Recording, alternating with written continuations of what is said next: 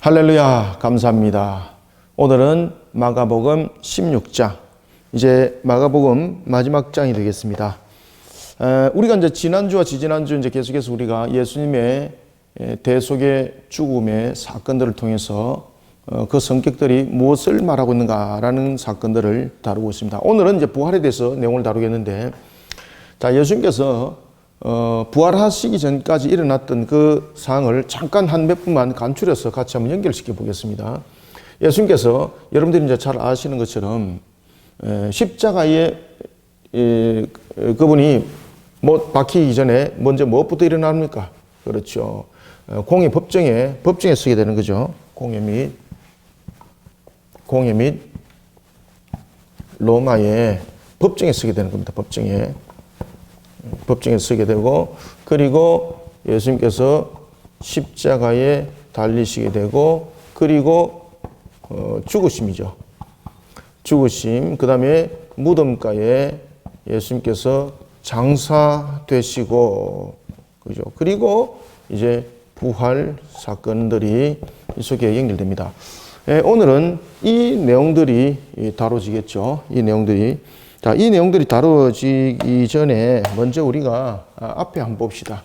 지난번에도 우리 이제 공부해왔던 것처럼 예수님께서 법정에 서야 될 이유가 무엇이었습니까? 세 가지 이유가 있었죠. 그죠? 세 가지 이유는 첫 번째, 예수님께서 죽으심이 법적인 효력을 발생하기 위해서 법정에 예수님께서 서셔야 된다는 사실.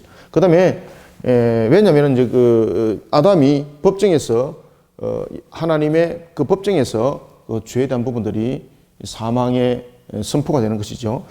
그런가 하면은 두 번째, 법정에 서야 될 이유는 두 법정에 서는 이유죠. 유대 법정, 로마 법정, 불법적인 법정에 서게 됩니다. 이 법정에 서는 두 번에 서는 이유는 바로 뭔가 하면은 예수님의 그 죄삼의 죄값이 그 효력이 어떻게 미치는가. 유대인뿐만 아니라 이방인들에게 모든 부분들이 그 영향이 끼치게 된다는 그것이 오늘 이 사건 속에서도 그 내용이 증거되고 있습니다. 그래서 만민에 관한 내용들. 만민이라는 것은 하나님의 택한 백성 가운데서라는 겁니다. 이 죄값은 하나님의 선택된 자에 대한 것입니다. 만인이 아닙니다. 만인이 아니고 만민에 관한 죄값이라는 부분들. 그 다음에 로마 법정 속에 그날도 제가 여러분들에게 이제 말씀드렸던 것은 불법적인 법정에 왜 써야 되는가? 그것은 불법적 법정에 써야 되는 것은 불법적인 부분에 대해서 불순종에 대한 부분이다. 불순종에 대한 그 값으로서 불법적 법정에 써야 된다. 자, 그러면은 예수님께서 십자가에서 죽으신 이유는 무엇인가? 라는 부분에서 세 가지 측면에서 15장에서 그 내용들을 조명했죠. 그죠? 하나님의 관점, 유대인의 관점, 그리고 아담의 관점. 세 가지로 그 내용들이 증거되어진다. 첫 번째, 하나님의 관점에서 십자가는 바로 죄의 삭시죠. 죄의 삭신, 사망 플러스 진노의 값. 십자가상에서 지불이 되는 거죠. 그래서 십자가상에서 바로 죽는 것이 아니라 고난받고 고통받고 죽으셔야 되는 이유가 바로 거기에 있는 것입니다. 그 다음에 두 번째는 유대인의 관점에서 한번 봅시다. 유대인의 관점에서는 예수님께서 십자가에서 죽으셔야 될 이유가 무엇입니까? 유대인들은 십자가에서 예수님을 죽게 될 이유는 바로 뭔가 하면 율법을 어긴 자라는 거죠. 율법을 어긴 자. 신성모독죄로 예수님을 십자가에 못을 박는 것이었고, 그리고 이 이유가 예수님이 메시아가 아니라는 것, 메시아가 아님을 증거하기 위함이었습니다. 자, 그러면은 세 번째, 아담의 관점에서는 왜 십자가에서 죽으셔야 되는가? 그죠? 이것이 첫째 아담의 죄가 나무에서 시작되죠. 나무에서 시작되고, 그리고 나무에서 마치는 겁니다.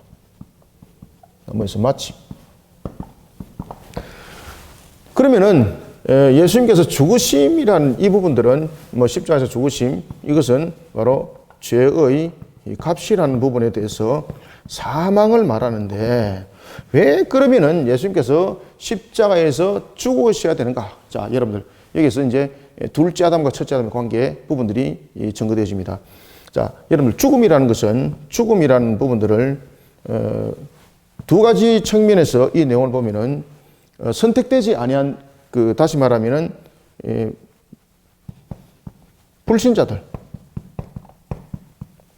불신자들에게 이 죽음이라는 것은 선택된 자와 구분되는 거죠. 선택된 자는 선택된 자라고 그러죠.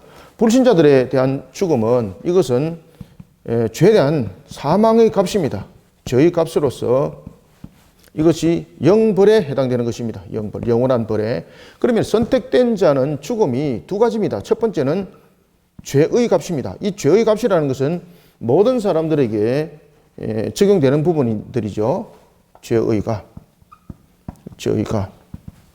그 다음에 두 번째는 이 죄의 값의 첫 번째 부분에 대해서는 불신자와 선택된 자가 동일하게 그 내용들이 적용이 됩니다만은 선택된 자에게는 죽음이 별다르게 하나 성립이 되는데 그것은 뭔가 하면은 더 이상 죄 가운데 두지 아니하는 죄의 단절입니다.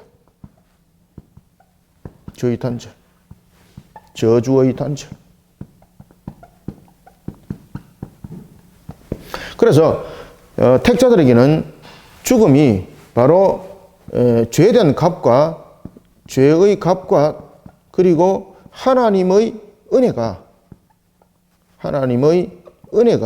동시에 작동되는 것입니다. 이해되셨죠? 그죠? 이 교리 공부 시간 때 제가 수차례 여러분들에게 말씀드렸지 않습니까? 그래서 예수님의 죽으심은 바로 단순한 죽음이 아니라 죄의 값으로 사망만 말하시면 안 됩니다.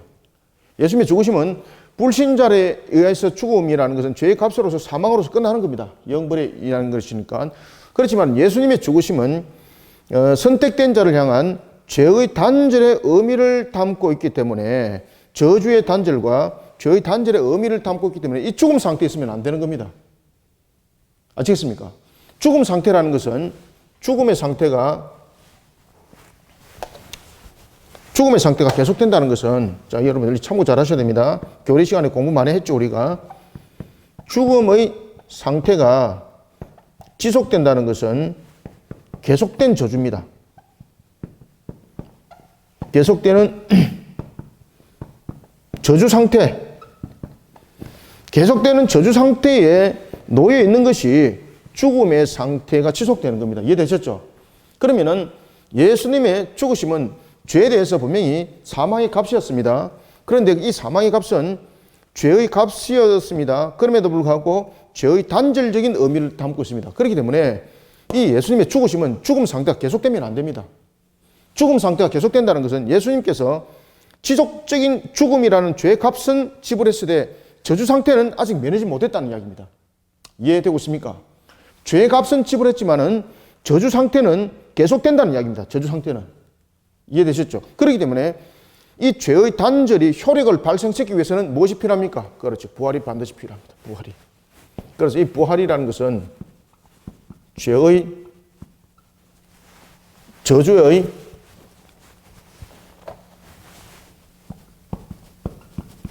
저주의 상태에서 완전하게 회복되는 것.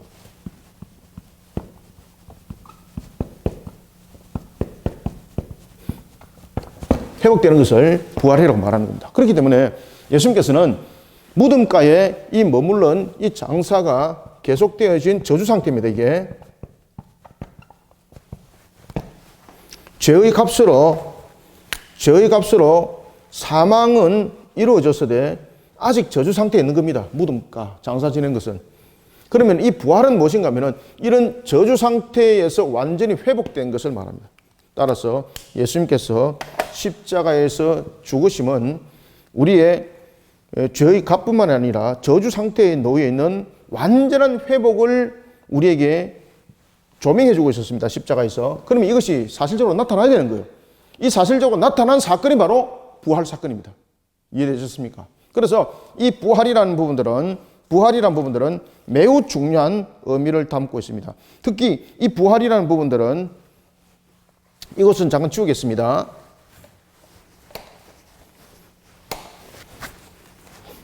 이 부분들 여러분 잘 이해하셔야 됩니다. 이 굉장히 중요한 부분들입니다. 이 교리적인 측면에서. 예수님께서 십자가에서 죽으신 거 끝나면 안 됩니다. 예수님께서 십자가에서 죽으시면 만약에 죽음으로 끝났다면은 불신자의 죄의 값과 신자의 죄의 값 부분에 대해서 신자의 죄에 대한 값이 지불이 되더라도 이 부분들이 저주 상태에 계속 노예지가 있으면은 우리는 죄에 대한 값은 지불했음에도 불구하고 우리에게 새 생명은 없는 겁니다. 그러면은 예수님께서 반드시 부활해야 될 이유는 바로 이 저주 상태가 완전하게 정리되는 겁니다. 그렇기 때문에 우리의 신앙은 십자가에서 죽으심과 부활의 신앙이 되어야 되는 것입니다. 만약에 예수님께서 부활하지 않으면 이 십자가는 의미 없습니다. 이 십자가는 계속된 그저 단순한 저주 상태에 놓여 있는 십자가입니다. 왜? 죽음 상태는 계속된 저주를 말하고 있거든요. 그러면은 우리의 신앙은 십자가 되면 안 됩니다. 그래서 십자가 신앙은 무엇과 연결되어야 되는가 하면은 항상 부활과 연결되어야 됩니다. 부활과. 십자가는 반드시 부활과 연결되어야 됩니다. 그럴 때에 이 십자가는 무엇이 되는 겁니까? 그렇죠. 회복이 되는 겁니다. 만약에 부활이 없다면은 이 십자가는 회복이 안 되는 겁니다. 그러면은 우리의 신앙은 십자가 부활 신앙이라는 것은 성립되지 않습니다. 자, 그러면은 이러한 부활이 우리에게 주는 의미적인 측면에서 부활은 어떤 의미를 담고 있는가? 이 부활은 자, 아담의 입장에서 여러분 한번 보십시다. 아담의 첫째 부분에 대해서는 부활이라는 것은 둘째 아담이 예수님이죠. 예수 그리스도. 둘째 아담이 첫째 아담을 완전히 회복시킨 사건입니다.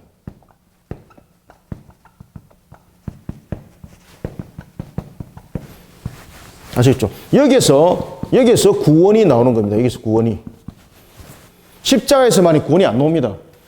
구원은 부활까지 다 성립이 되어서 구원이 성립이 되는 겁니다. 십자가로만 끝나게 되면은 십자가 상태에서 무엇이 있습니까? 죽으심이고 장사이죠. 장사라는 것은 무슨 상태입니까? 저주 상태에 놓여 있는 것을 말합니다. 그러면은 첫째 아담이 죄를 범한 것이 하나님에게 얼마나 큰 진노의 값을 유발시켰는가? 그것을 우리에게 설명해 주고 있는 겁니다. 이해되시죠?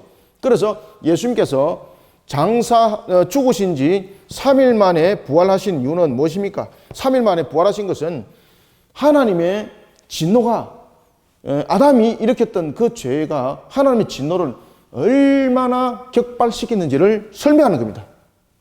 그죠? 그래서 죽음의 값이 그 행위의 값이었다면은 죽음의 값이 그 행위의 값입니다. 아담이 선악을 따먹었던 행위의 값이었다면은 무덤가에서 장사 지냈던 이 3일 동안이라는 것은 마지막 하나님의 진노입니다. 마지막 하나님의 진노적인 측면에서의 저주 상태를 완전하게 회복시키는 것이죠. 그래서 무덤가에 머물음이 필요했던 것입니다. 괜하게 여러분 3일 동안 있었던 것 아닙니다. 여기서 3일이라는 것은 날짜적인 측면에서는 뭐 이틀이지만은 시간적인 측면에서는 보면은 뭐 한 이틀 정도지만은 날짜적인 개념으로 보면은 이것이 3일인 것이죠. 그래서 이 3일의 진노라는 것은 3일의 죽음 상태, 무덤가의 상태라는 것은 하나님의 마지막 진노, 저주, 이것이 얼마나 극심했는가를 설명하는 거예요. 그래서 이 부활이라는 것은 둘째 아담으로서 첫째 아담의 대속을 이루고자 한 그리스도, 예수 그리스도의 첫째 아담의 완전한 회복을 일으킨 십자가의 사건이었다라는 것을 부활이 설명을 하고 있는 것입니다. 자, 그런가 하면은 이러한 또한 부활은 사망과 저주에 대한 완전한 값, 그죠? 첫 번째는 이 부분들을 말하고 있다면 부활은 두 번째는 사망의 값과 저주의 값, 앞에서도 이미 말씀드렸죠. 저주의 값에 대한 완전한 지불, 이 부분들을 설명하고 있습니다. 부활. 그래서 예수님께서 반드시 여러분들 부활하셔야 돼요. 예수님께서 부활 안 하시고 십자가에서 죽으시고 그 상태로 장사 지낸 상태로 그대로 있다면 우리에게는 무엇이 없습니까? 구원이 없습니다. 죄송합니다. 구원이 없습니다. 그래서 우리는 십자가 신앙은 항상 무엇과 연결된다? 십자가 신앙은 항상 이 부분들이 부활로 연결되어야 되는 겁니다. 그래서 부활 신앙이 매우 중요합니다. 자, 이해되셨죠? 자, 이런 부분들을 우리가 참고하시고 16장 내용들을 쭉 보도록 하겠습니다. 자, 그러면은 16장 1절부터 4절까지 내용을 한번 읽어보고 또 말씀드리겠습니다. 안식일이 지나매 막달라 마리아와 야고보의 어머니 마리아와 또 살로메가 가서 예수께 바르기 위하여 향품을 사다 두었더라. 안식 후 첫날 매우 일찍이 해 돋을 때에 그 무덤으로 가며 서로 말하되 누가 우리를 위하여 무덤 문에서 돌을 굴려 주리요 하더니 눈을 들어본 적 벌써 돌이 굴려져 있는데 그 돌이 심히 크더라. 아멘. 자, 1절 보십시오. 안식일이 지나매라고 말합니다. 자, 이것은 여러분 이해 이제 다 하셨죠? 이 이해가 안 되시는 분들은 다시 동영상을 돌려서 처음부터 계속 보셔야 됩니다. 그 다음에 혹시나 여러분들 가운데서 이런 부분들을 제가 또 교리 공부 시간에 또 설명을 해 놓은 것이 있습니다. 혹시나 여러분들 속에 이런 부분들을 조금 더 알고자 하는 부분들이 있으면은 웨스트민스터 대요리문답 강해 196문 이 부분을 그저 단순하게 대요리문답 196문 가지고 한 것이 아니라 보스가 그 부분들을 해석한 그 700한 그 40페이지 책이 있습니다.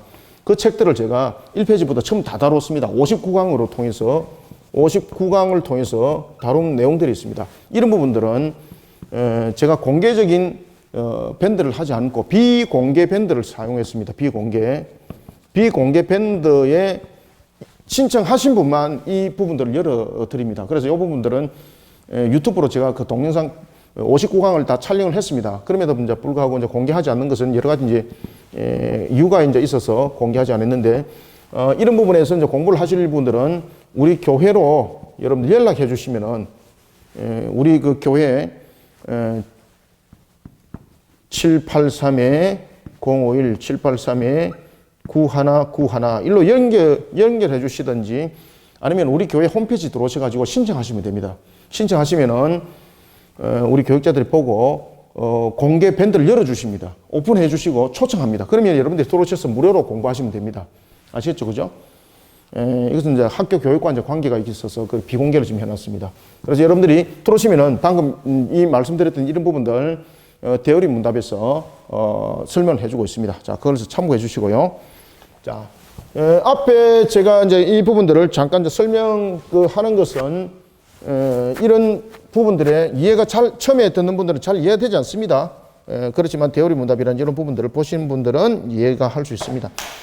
이런 부분들은 이제 공부를 하면서 우리가 이제 하이델베르그도 우리 성도들은 1000페이지가 넘는 책들을 그것을 이미 다 공부를 했죠. 그래서 이런 부분들 참고하셔서 들어오시면 무료로 강의를 들을 수 있으니까 들으시면 되겠습니다.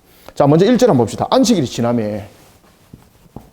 여러분들, 안식일이 지났다는 것은 날짜가 지났다, 시간이 지났다는 의미를 가지고 있습니다. 그러면은 이 지나매라는 부분들이 두 가지 개념을 가질 수 있는데 하나는 크로스라는 개념을 가질 수 있고 하나는 카이로스라는 개념을 가지고 있습니다.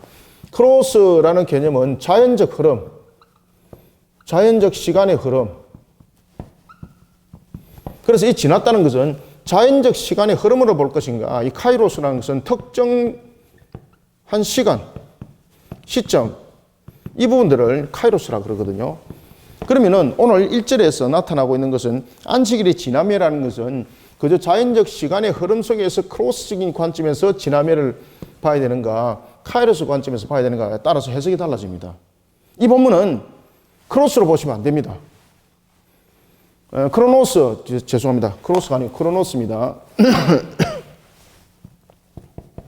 크로노스 관점에서 보시면 안 됩니다. 이 부분은 특정한 시점, 특정한 시간이라는 카이로스 관점에서 이 지나심의 이 사건을 보셔야 됩니다.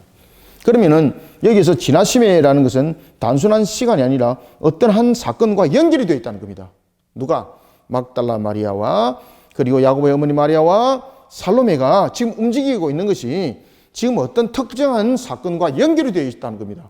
그런데 이 연결은 매우 중요한 사건이라는 겁니다. 그래서 지나매라는 부분들을 통해서 지금 이제 무엇을 설명하는 겁니까? 그렇죠.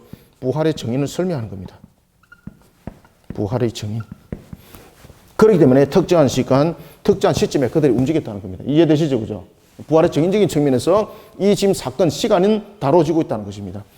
자, 그때에 특히 보면은 예수님의 죽음의 장사를 지내기 위해서 최후의 순간뿐만 아니라 장사를 지내는 그 자리까지 등장하는 것은 죄송합니다만 제자들이 등장하지 않습니다.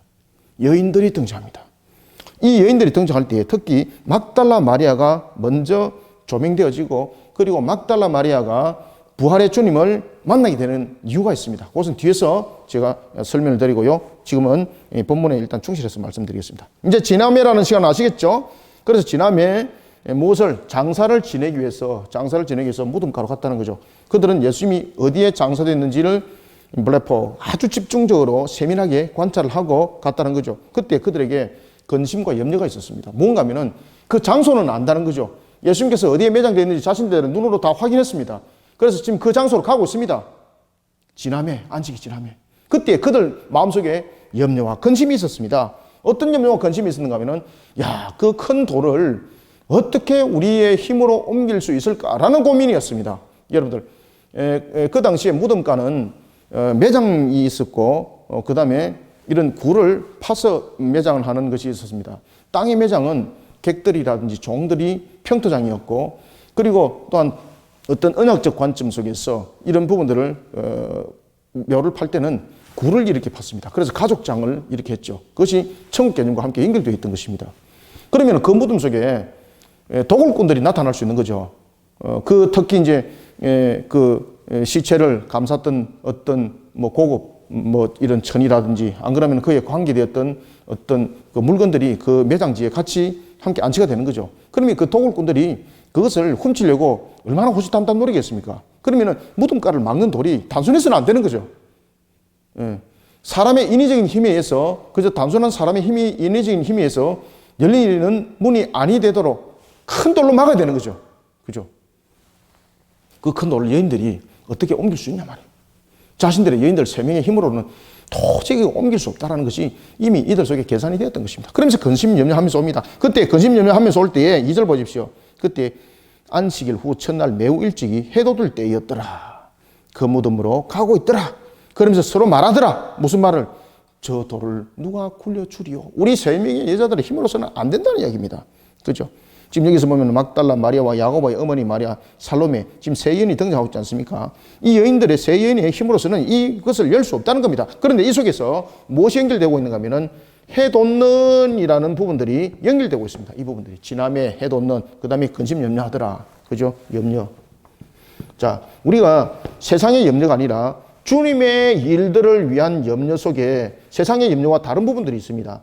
세상의 염려 속에서는 이 염려는 근심 염려는 마귀가 주는 마음이라고 말한다면 주님의 나라를 위한 근심과 염려는 주님이 기뻐하는 거예요. 아시겠습니까? 그래서 우리가 근심 염려할 것도 하나님의 나라를 세워나가는 측면에서의 근심 염려는 하나님이 기뻐하더라. 그런데 여기서 해돋을 때라는 것은 바로 구원의 여명이 밝아왔다라는 것입니다. 안식일 후 첫날 매우 일찍이 해돋을 때에라는 것은 지금 무덤가를 가는 것이 단순한 방문이 아닙니다. 그리고 이 해돋을 때라는 것은 영적 어둠이 사라지는 광명이 밝아오는 때입니다. 그때에 이 여인이 찾아갔던 것은 무덤가라는 거죠. 무덤가라는 것은 소망이 없는 곳이지 않습니까? 그러면서 이 여인들이 염려를 합니다. 그 무덤가에 돌을 누가 옮기주리요? 그때에 여러분 보시면은 4절에 보면은 눈을 들어본 적 벌써 돌이 굴려져 있더라. 자, 여기서 이제 돌이 이제 굴려져 있다는 것은 과거 시제를 쓰고 있습니다. 과거 시제를 쓰고 있고 완료 시제를 쓰고 있습니다. 그리고 이 부분들을 통해서 그저 단순하게 돌이 자연적으로 넘어갔다는 것을 말하지 아니하고 이 돌은 누군가의 힘에 의해서 능동적으로 옮겨졌다는 겁니다. 알겠습니까? 돌이 스스로 능동적으로 움직인 것이 아니라 돌은 수동적으로 움직였고 누군가의 능동적인 힘에 의해서 그 돌이 굴려졌다는 것입니다. 그것이 본문 4절에서 설명하고 있는 겁니다. 자, 여기서 우리가 조명해 볼 것이 있습니다. 분명히 이들이 안식일 지났습니다. 그들이 간 곳은 무덤가였습니다. 그들이 향했던 걸음은 무덤가였습니다. 그렇지만 이 무덤가에 간 이유가 주님의 장사를 위해서죠. 주님의 장사를 위해서 그들이 염려했습니다. 그 돌을 누가 굴릴고 그때에 해돋는 여명이 밝아왔습니다. 이것은 바로 뭔가 하면은 구원과 그리고 희망의 메시지를 던져주고 있는 겁니다.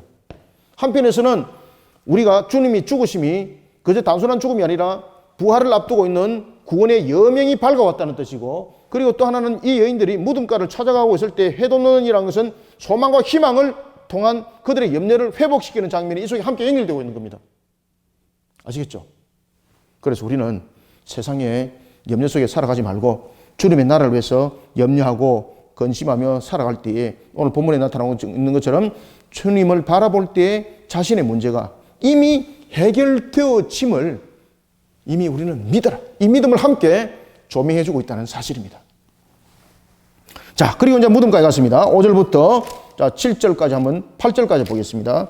무덤에 들어가서 흰 옷 입은 한 청년이 우편에 앉은 것을 보고 놀라매 청년이 이르되 놀라지 말라. 너희가 십자가에 못 박히신 나사렛 예수를 찾는구나. 그가 살아나셨고 여기 계시지 아니하니라. 보라 그를 두었던 곳이니라. 가서 그의 제자들과 베드로에게 이르기를 예수께서 너희보다 먼저 갈릴리로 가시나니 전에 너희에게 말씀하신 대로 너희가 거기서 벼리라 하라 하는지라. 여자들이 몹시 놀라떨며 나와 무덤에서 도망하고 무서워하여 아무에게 아무 말도 하지 못하더라. 아멘. 자, 무덤가에 돌이 굴러졌습니다. 야, 이것만 봐도 신기한 장면이잖아요. 그런데 이 여인들의 눈에 뜨인 것은 놀라운 장면들밖에 없었습니다. 자신들이 상상하지 못한 장면들이었습니다. 5절, 무덤에 들어갔습니다. 흰옷 입은 한 청년이 우편에 앉아 있습니다. 자, 여러분들, 우리가 여러분 보시면은 특히 이제 그 5절에 보면은 이 부분들이 복음서 부분들과 다른 것을 볼 수가 있습니다.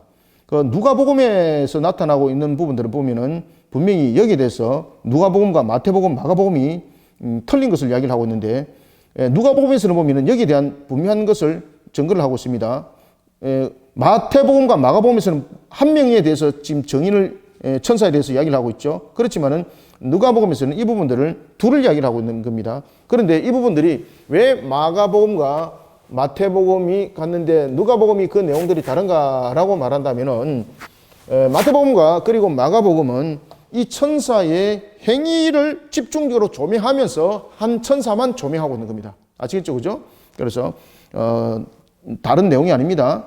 부활 현장에서 두 명의 천사가 있었고 그리고 누가복음은 여기에 대해서 분명한 것을 전하고 있지만은 마태와 마가에서는 한 명을 기록하고 있는 것은 그 천사의 특정적인 행동을 강조하기 위해서라는 것을 여러분들이 인지하셔야 됩니다. 자, 이런 속에 한 청년이라는 것은 누구를 말합니까? 여기서 한 청년이라는 것은 천사를 말하고 있는 겁니다. 천사에 대해서 제가 말씀드렸죠. 그죠? 두 천사가 있었는데 누가복음에서는 천사가 몇 수로 지금 설명합니까? 둘로 설명하지만은 마태와 그리고 마가에서는 천사가 하나로 한 천사로 설명하는 이유는 무엇입니까? 이 천사를 조명하기 위해서 그렇게 했던 것이고 실제로는 이 둘이 맞습니다. 그리고 마태, 마가는 이런 부분들을 행위를 조명하기 위한 측면에서 이렇게 했을 뿐인 거예요. 그 청년이 말합니다. 6절 뭐라고 말하고 있습니까? 놀라지 말라. 너희가 십자가에 못 박히신 나사렛 예수를 찾는구나. 그가 살아나셨다. 자, 예수님께서 살아나야 될 이유는 무엇 때문이었습니까? 예수님께서 3일 동안에 장사 지내심은 무엇이었죠? 마지막 진노의 값을 지불하는 겁니다. 예수님이 3일 동안 장사 가운데 놓였던 가장 큰 이유는 무엇입니까? 바로 아담이 죄를 범하였던 그 죄가 하나님의 진노를 얼마나 격발시켰는지, 그것이 얼마나 큰 죄인지를 죽어서 장사가 3일 동안 일어났다는 것이 설명하고 있습니다. 이 부분들. 그리고 부활은 바로 저주 상태의 완전한 회복을 우리에게 설명을 하고 있는 것입니다.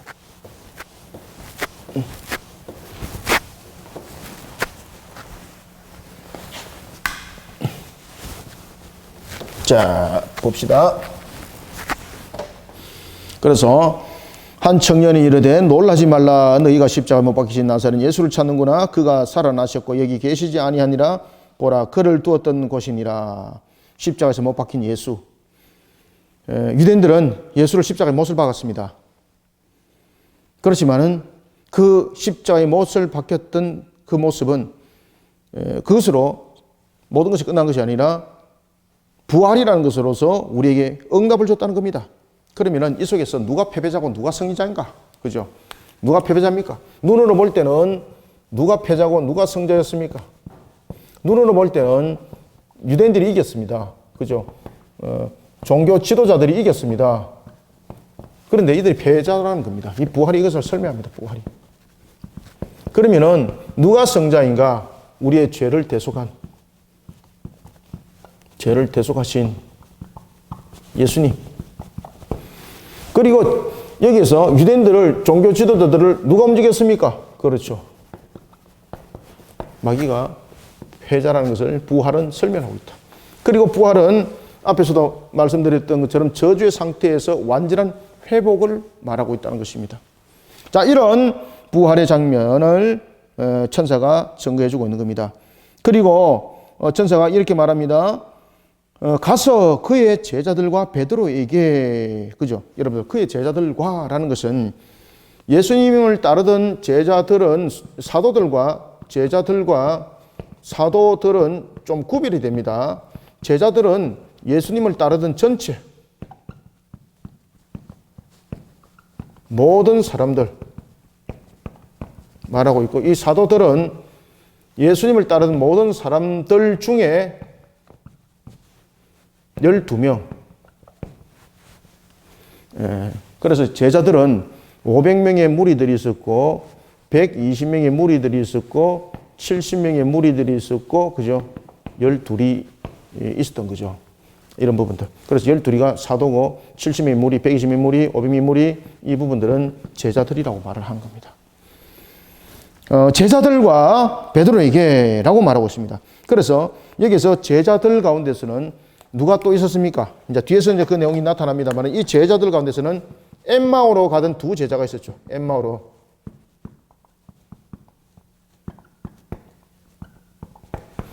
여기서 엠마오로 가던 두 제자는 사도들이 아닙니다. 사도들이 아니고 500명의 무리, 120명의 무리, 70명의 무리 가운데 있었던 제자입니다. 그래서 제자들 베드로에게라는 것은 그의 제자들과 베드로에게 이르기를, 그죠? 전부 다 실에 빠져 있는 상태인 거죠. 그런 절망 상태에 빠져 있는 자들에게 소망을 주라는 겁니다. 희망을 주라는 겁니다. 바로 무엇입니까?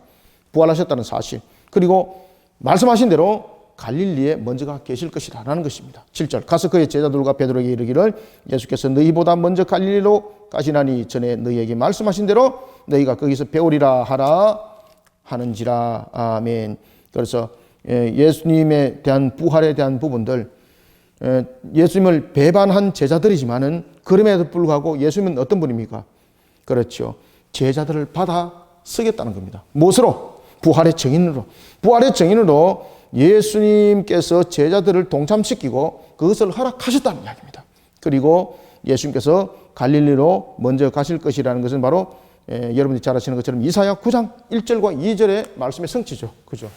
이사야서 9장 1절과 2절의 말씀의 성취죠. 말씀의 성취. 자, 이런 속에 먼저 갈릴리로 갈 것을 말씀을 하셨더라. 여자들이 이런 상황들을 보고 여러분 얼마나 그들이 공포 속에 떨리겠습니까? 왜? 그런 장면을 본 사실이 없단 말이죠. 그래서 8절에 보면은 여자들이 몹시 놀라 떨며 두려움과 놀라움이죠. 무덤에서 도망하고 무서워하여 아무에게도 말하지 아니하더라. 그죠? 그리고 이제 이 사실을 이 여인들이 제자들에게, 베드로를 비롯한 제자들에게 이야기를 하게 되는 거죠. 그리고 베드로와 제자들이 무덤가에 와서 확인하죠. 그렇지만 그들은 예수님의 그 세마포가 마치 매미가 껍질을 놔두고 간 것처럼 누군가가 밖에서 벗긴 것도 아니고 그 상태로 그대로 빠져나갔다는 그 부분들에 대해서 추시를 하지 않는 겁니다. 그리고 그들은 누가 그 시체를 훔쳐갔는가 하면서 염려하면서 다시 안가로 숨어버렸습니다. 자, 특히 이제 9절에서부터 20절에 보면은 이런 관로가 이렇게 있습니다. 뭐 참고사항입니다. 9절에서부터 20절에 보면 이런 관로가 있는데 이 관로는 뭔가 하면은 다른 사본에는 없는 내용들이다 이 말입니다. 모든 사본에 있는 것이 아니라 특히 이제 이 복음서라든지 이런 부분들은 여러 가지 사본적인 측면을 종합적으로 검토하여서 이것이 정경화된 거죠. 그런데 이 다른 사본에는 이 내용이 없더라는 겁니다. 모든 사본에 있는 것이 아니고 다른 사본에는 이 내용이 없더라. 어디까지? 9절부터 20절까지. 잘 보십시오. 9절에 보면은 이렇게 표시가 되어 있죠. 9절에. 그리고 20절에 보면은 끝에 이런 표시가 되어 있죠. 이것은 뭔가 하면은 참고로 그냥 아시면 되겠습니다. 다른 사본에는 어떤 다른 사본에는 없더라. 이 부분들은. 이 내용은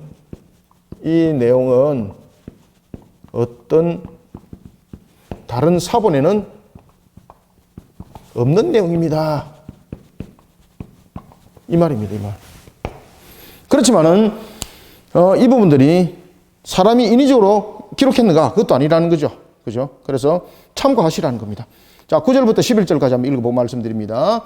예수께서 안식 후 첫날 이른 아침에 살아나신 후 전에 7 귀신을 쫓아내어 주신 막달라 마리아에게 먼저 보이시고, 중요합니다. 10절, 마리아가 가서 예수와 함께 하던 사람들이 슬퍼하며 울고 있는 중에 이 일을 알림해 그들은 예수께서 살아나셨다는 것과 마리아에게 보이시다는 것을 듣고도 믿지 아니하니라. 아멘. 자, 먼저 이제 9절 봅시다. 자, 여러분들, 예수님께서 부활하셔가지고 왜 막달라 마리아에게 먼저 보였을까, 여러분들요? 이유가 있습니다. 이유가. 막달라 마리아가 어떤 여인입니까? 막달라 마리아는 여러분들이 이제 너무나도 잘 알고 있는 것처럼 7 귀신이 들렸던 여인이죠. 그죠? 막달라 마리아. 막달라 지역에 있는 마리아죠. 이 막달라 마리아는 귀신 들렸던 여인입니다. 이 여인을 예수님께서 회복시켰었고, 그리고 이 여인은 예수님을 따르는 이제 여제자가 되는 겁니다. 남자 제자가 있고 여자 제자가 있습니다. 여자 제자가 되는 겁니다. 예수님을 따르는 여자 제자. 그런데 예수님께서 부활하셔가지고 왜 막달라 마리아에게 먼저 보이셨냐 이 말입니다. 아, 목사님, 그 막달라 마리아가 먼저 찾아갔기 때문이 아니에요. 여러분들, 막달라 마리아가 먼저 찾아간 것도 하나님께서 그를 섭리 가운데 그를 감동 감화시키고 하나님께서 그의 걸음을 인도하신 것이죠. 그러면은 이 막달라 마리아는 9절도 이야기를 합니다만은 그가 과거에 7 귀신이 들렸던 여인이었다. 7 귀신. 이 7 귀신을 들렸던 이 여인을 회복시켰다는 거죠. 그러면 7 귀신이 들렸던 이 부분들은 무엇을 상징하고 있는가 하면은 인간의 죄인의 상태, 그리고 이 여인을 회복시킨 것은 무엇으로 일어난 겁니까? 그렇죠. 죄사함에 따른 구원. 이 부분들을 지금 설명하고 있습니다. 그래서 막달라 마리아에게 부활의 모습을 제일 먼저 보인 이유는 예수님께서 죽으신 이유가 무엇인가?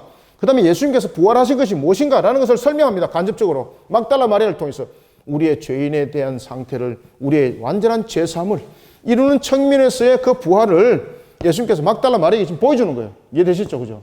그래서 막달라 마리아가 제일 먼저 목격하는 거예요. 막달라 마리아가. 그 이유가 있습니다.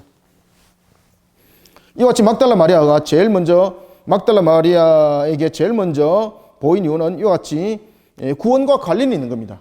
우리의 구원과, 예수님의 죽으심과 그리고 부활하심이 우리의 구원과 관계에 있다는 것을 막달라 마리아에게 보여줌으로써 이것을 설명해 나가는 거예요. 이것을. 자, 그리고 10절에 보면은 마리아가 가서 예수와 함께 하던 사람들이 슬퍼하며 울고 있는 중에 이 일을 알림해 사도들에게 알리는 거죠. 그죠? 사도들에게 알리게 되는 겁니다. 그들이 11절, 그들은 예수께서 살아나셨다는 것과 마리아에게 보이시다는 것을 듣고도 믿지 않더라. 자, 그러면 여기서 예수님의 제자들이 예수님을 따랐던 첫 번째 그 모습들이 예수님을 진정한 우리의 죄사함에 대한 구원의 메시아로서 예수를 믿고 따랐던 것이 아니라 자신들이 알고 있는 유대적 관점 속에서의 메시아, 정치적, 군사적, 해방의 메시아를 바라보고 예수님을 따랐다는 거죠. 그러니까 부활의 예수님을 믿지 않는 겁니다. 이들에게 부활의 주님을 믿지 않는 장면들이 계속 일어납니다. 자, 첫 번째 믿지 않았죠. 11절에 보면은 첫 번째 믿지 않았습니다. 그 다음에 12절에도 보면은 두 번째 믿지 않습니다. 자, 보십시다. 12절. 그 후에 그들 중 다른 사람이 걸어서 시골로 갈 때에 예수께서 다른 모양으로 그들에게 나타나시니 두 사람이 가서 남은 제자들에게 알렸으되 역시 믿지 아니하더라. 두 번째. 그죠? 두 번째. 그럼 여기서 이 12절부터 13절에 나타나고 있는 두 사람은 누굽니까? 앞에서도 말씀드렸던 바로 엠마오로 내려가던 두 제자들입니다. 이 엠마오로 내려가던 두 제자 가운데서 한 사람이 성경에 보면은 누가복음에 보면은 한 사람이 글로바라라고 성경은 우리에게 가르쳐 주고 있습니다. 한 사람이 글로바라더라. 엠마오로 내려갔던 두 제자 가운데 한 사람이 글로바였더라. 이것을 우리에게 가르쳐 주고 있습니다. 그들이 부활한 주님을 만난 것을 제자들에게 이야기를 했습니다. 그런데 제자들이 그것을 믿더라 안 믿더라? 안 믿었습니다. 왜 그런가 하면 그들이 가지고 있던 개념이 아직까지도 이런 우리의 구원의 주님으로 이 땅에 오신 메시아에 대한 관점들이 안 세워졌기 때문입니다. 그러니까 이들 속에 이해 충돌이 생겼던 겁니다. 안 믿더라. 두 번째, 안 믿습니다. 이들 속에 이제 예수님이 직접 나타난 겁니다. 직접 나타난 겁니다. 14절. 그 후에 11제자가, 여기서 이제 11제자는 누가 빠진 것이죠? 가룟 유다가 빠진 것이죠. 11제자가 음식 먹을 때에, 자, 이 장면에서 여러분들 보시면은 잘 아셔야 되는 것은 이 장면은 14절의 이 장면은 예수님께서 부활하셔서 예수님의 제자들에게 두 번째 보인 장면입니다. 첫 번째 장면은 우리가 여러분이 도마가 빠진 상태였죠. 도마가 빠진 상태에서 부활하신 당일이죠. 예수님께서 제자들에게 연속해서 두 분 보이시죠. 자, 부활하신 주님이 막달라 마리아에게 보이죠. 막달라 마리아에게 보이고, 그리고 또 누구에게 보입니까? 그렇죠. 엠마오로 내려갔던 두 제자. 엠마오로 내려갔던 두 제자.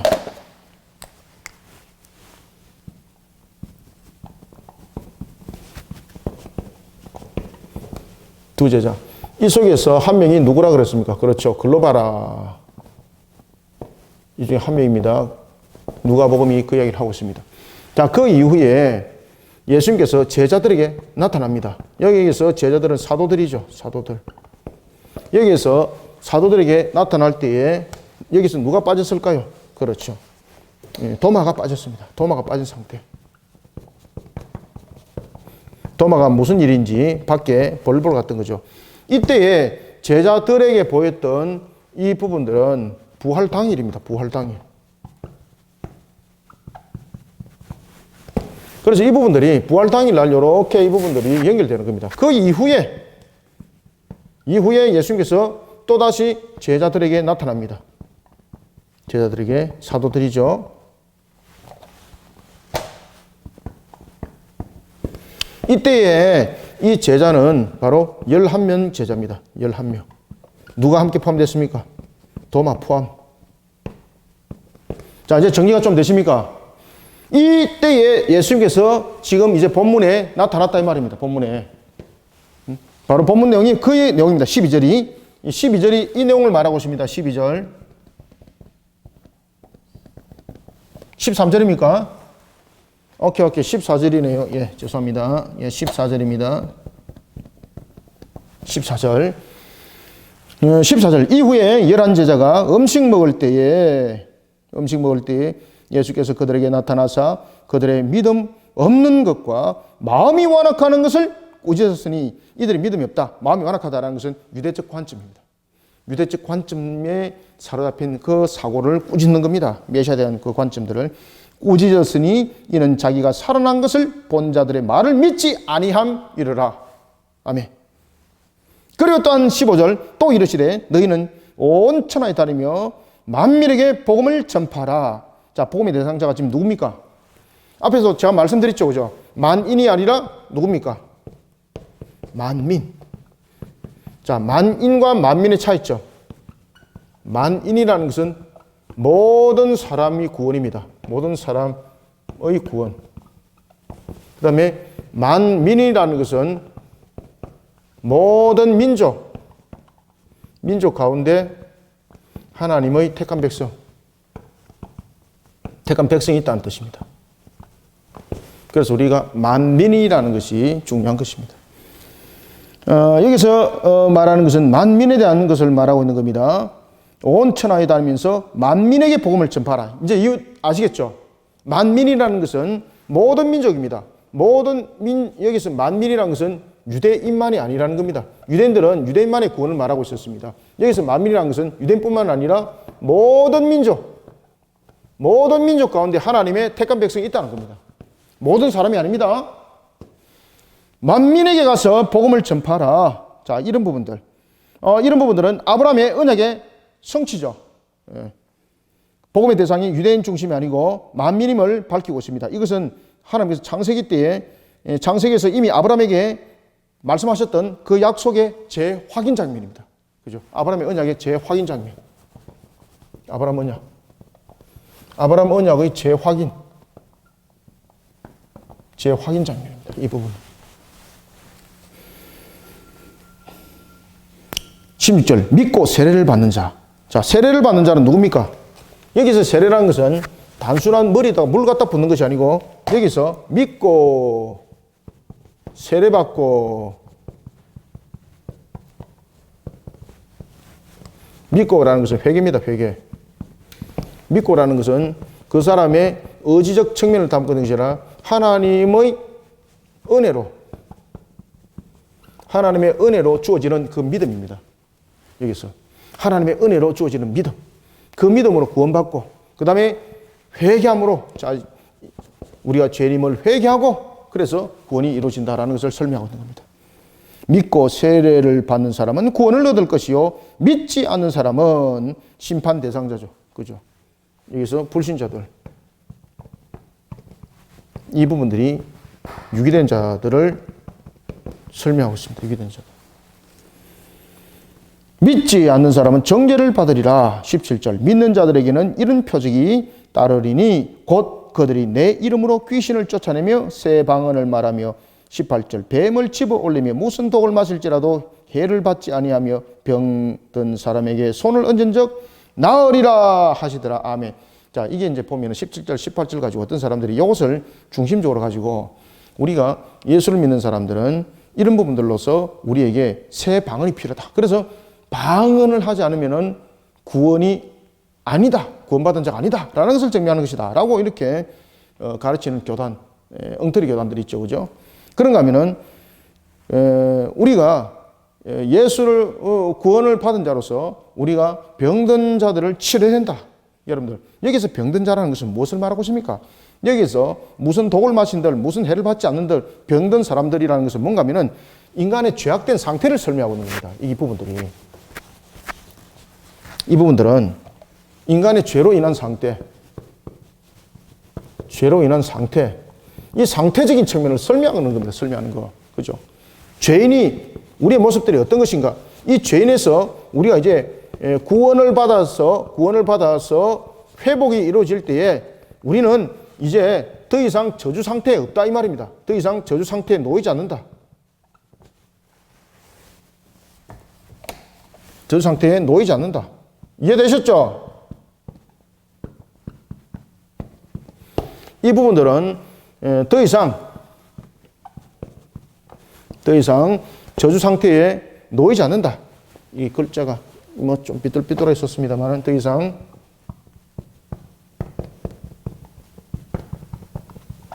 저주 상태에 놓여지지 않는다. 그것을 본문에서 17절과 18절이 지금 설명하는 거예요, 지금. 그리고 여기서 말하는 새 귀신을 쫓아내며 새 방언이라는 것은 복음이 다양한 측면에서 다시 말하면 한 문화를 넘어서서 어떤 일정한 지역을 넘어서서 모든 이방인 지역에 다양하게 이방인 지역에 복음이 전파된다는 겁니다. 복음이 전파된다는 겁니다. 이것을 무엇이라고 말하는 겁니까? 그렇죠. 방언이라고 말하는 겁니다. 방언. 이 방언은 모든 민족들의 언어들이죠. 그래서 이 방언이라는 것은 우리가 무슨 랄랄랄라 뚜뚜뚜뚜 지금 이야기를 하고 있는 것 아닙니다. 여기서 새 방언이라는 것은 새 언약에 대한 말씀을 우리에게 담고 있는 것이고 그리고 이 새 언약 속에서 일어나고 있는 이 복음의 전파를 말합니다. 위에가 아마 안 보일 것 같은데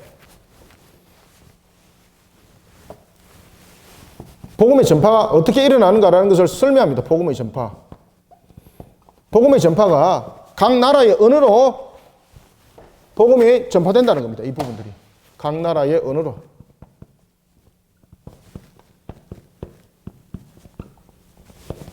이해되셨죠? 이 새 방언, 이 부분들은 이방인들의 언어를 말합니다. 이방인들의 언어. 그래서 이것은 뚜뚜뚜뚜 따다다다 이런 부분들은 아닙니다. 이거 여기서 새 방언이라는 것은 새 언약적 관점에서 복음이 어떻게 전파되는가, 각 나라의 언어로 복음이 전파된다는 것을 지금 이 부분이 새 방언으로 말하며 라는 것이 설명을 하고 있는 겁니다. 그래서 믿는 자들에게는 이런 표적이 나타난다. 믿는 자에게 이런 표적이 나타난다. 여러분들 믿는 자에게 전부 다 병남이 역사가 일어납니까? 믿는 자마다 여러분 모든 것이 회복이 됩니까? 그것은 아니죠. 여기서 말하는 것은 믿는 자마다라는 것은 우리가 더 이상 이런 저주 상태에 놓여지지 않는다라는 것을 지금 여러 가지 측면에서 포괄적인 측면에서 설명을 하고 있는 겁니다. 이 자체가. 물론 이제 그 중에 치료받는 사람도 있고 여러 가지 관점들은 있을 수 있습니다. 그렇지만 그렇게 되는 것만이 아닙니다. 이 부분은 바로 이 핵심적인 것은 이 내용을 담고 있습니다. 더 이상 저주 상태에 놓여 있지 않다라는 것을 설명하고 있는 겁니다. 그래서 내 이름으로 귀신을 쫓아내며 새 방언을 말하며 뱀을 집은듯 무슨 독을 마실지라도 해를 받지 않는다라는 것은 하나님의 권능, 하나님의 보호하심, 그렇죠? 저주 상태에 놓이지 않는다. 더 이상 저주 상태에 놓이지 않는다. 그리고 이런 부분에 대해서 그 권능이 발동되는 것은 바로 복음으로, 복음 전파로 일어난다. 구원. 이 구원에 관한 내용들을 설명을 하고 있습니다. 그때에 이 새 방언은 각 나라의 다양한 언어를 말합니다. 각 나라의 다양한 언어. 각 나라의 다양한 언어로 이와 같이 복음이 전거될 것을 우리에게 설명해 주고 있습니다. 그리고 특히 이제 18절에서는 하나님의 권능과 보호하심이 어떤 것인지를 어떤 독을 마실지라도 해를 받지 않고 병든 자에게 손을 얹은 적 나으리라. 그죠? 우리가 이 병든 자가 누굽니까? 바로 저주 상태의 놓인 자들입니다. 병들었다는 것은 인간의 죄로 인하여서 우리의 병이 질고가 있는 거지 않습니까? 그래서 더 이상 저주 상태에 놓이지 않는 우리는 구원의 백성이 된다는 것입니다. 그렇다 그래서 우리가 이 땅에서 모든 병들이 다 치료되는가? 그것은 아니죠. 이 땅에서 우리가 잠시 사는 동안에 연약함은 있을지라도 이제 천국에서는 그런 연약한 모습, 그런 모습들이 전부 다 씻어내지는 그런 완전한 상태로 우리 모습들이 이루어진다는 것을 함께 설명하고 있는 겁니다. 자, 그러면서 이제 19절, 20절 한번 봅시다. 주 예수께서 말씀을 마치신 후에 하늘로 올려지사 하나님 우편에 앉으시니라. 제자들이 나가 두루 전파할새 주께서 함께 역사하사 그 따르는 표적으로 말씀을 확실히 증언하시니라. 아멘. 복음 전파. 여기서 성천 후에 제자들이 전도했다는 장면은 마가복음에만 기록이 됩니다. 그죠? 20절 보십시오. 제자들이 두루 전파하세라죠. 전파하세. 마태복음 28장에는 보면은 지상대위임령이죠. 예수님께서 명령하시죠.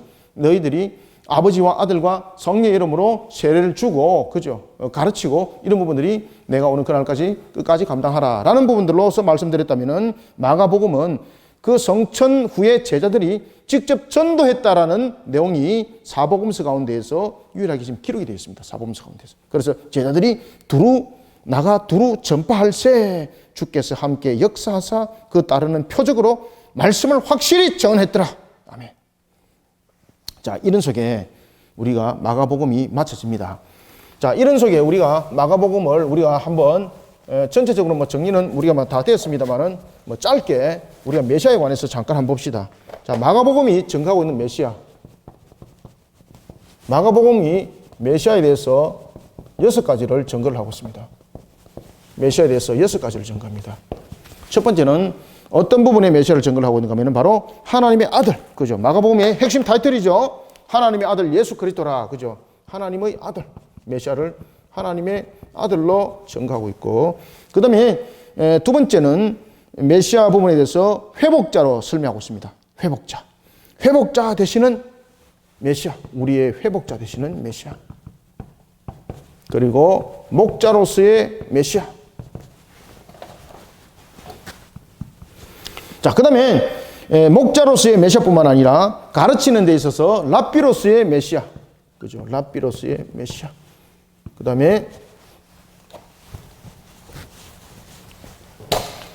예언자로서의 메시아. 이 부분들이 마가복음의 메시아에 대한 관점을 설명하고 있습니다. 예수님에 대해서. 하나님의 아들, 회복자, 목자, 랍비, 예언자로서 예수님을 메시아로서 이렇게 조명을 하고 있습니다. 자, 이런 부활에 대한 내용들, 메시아에 관한 내용들, 이 부분들을 마태는 지상 대비임령을 통해서 예수의 복음의 전파를 중요하게 다루고 있습니다. 예수의 복음의 전파, 예수의 복음 전파. 그 다음에 마가복음은 예수의 부활성을, 마가복음은 예수님의 부활에 대한 역사적 사실을 중요하게 다루고 있습니다. 이 마가복음에서는.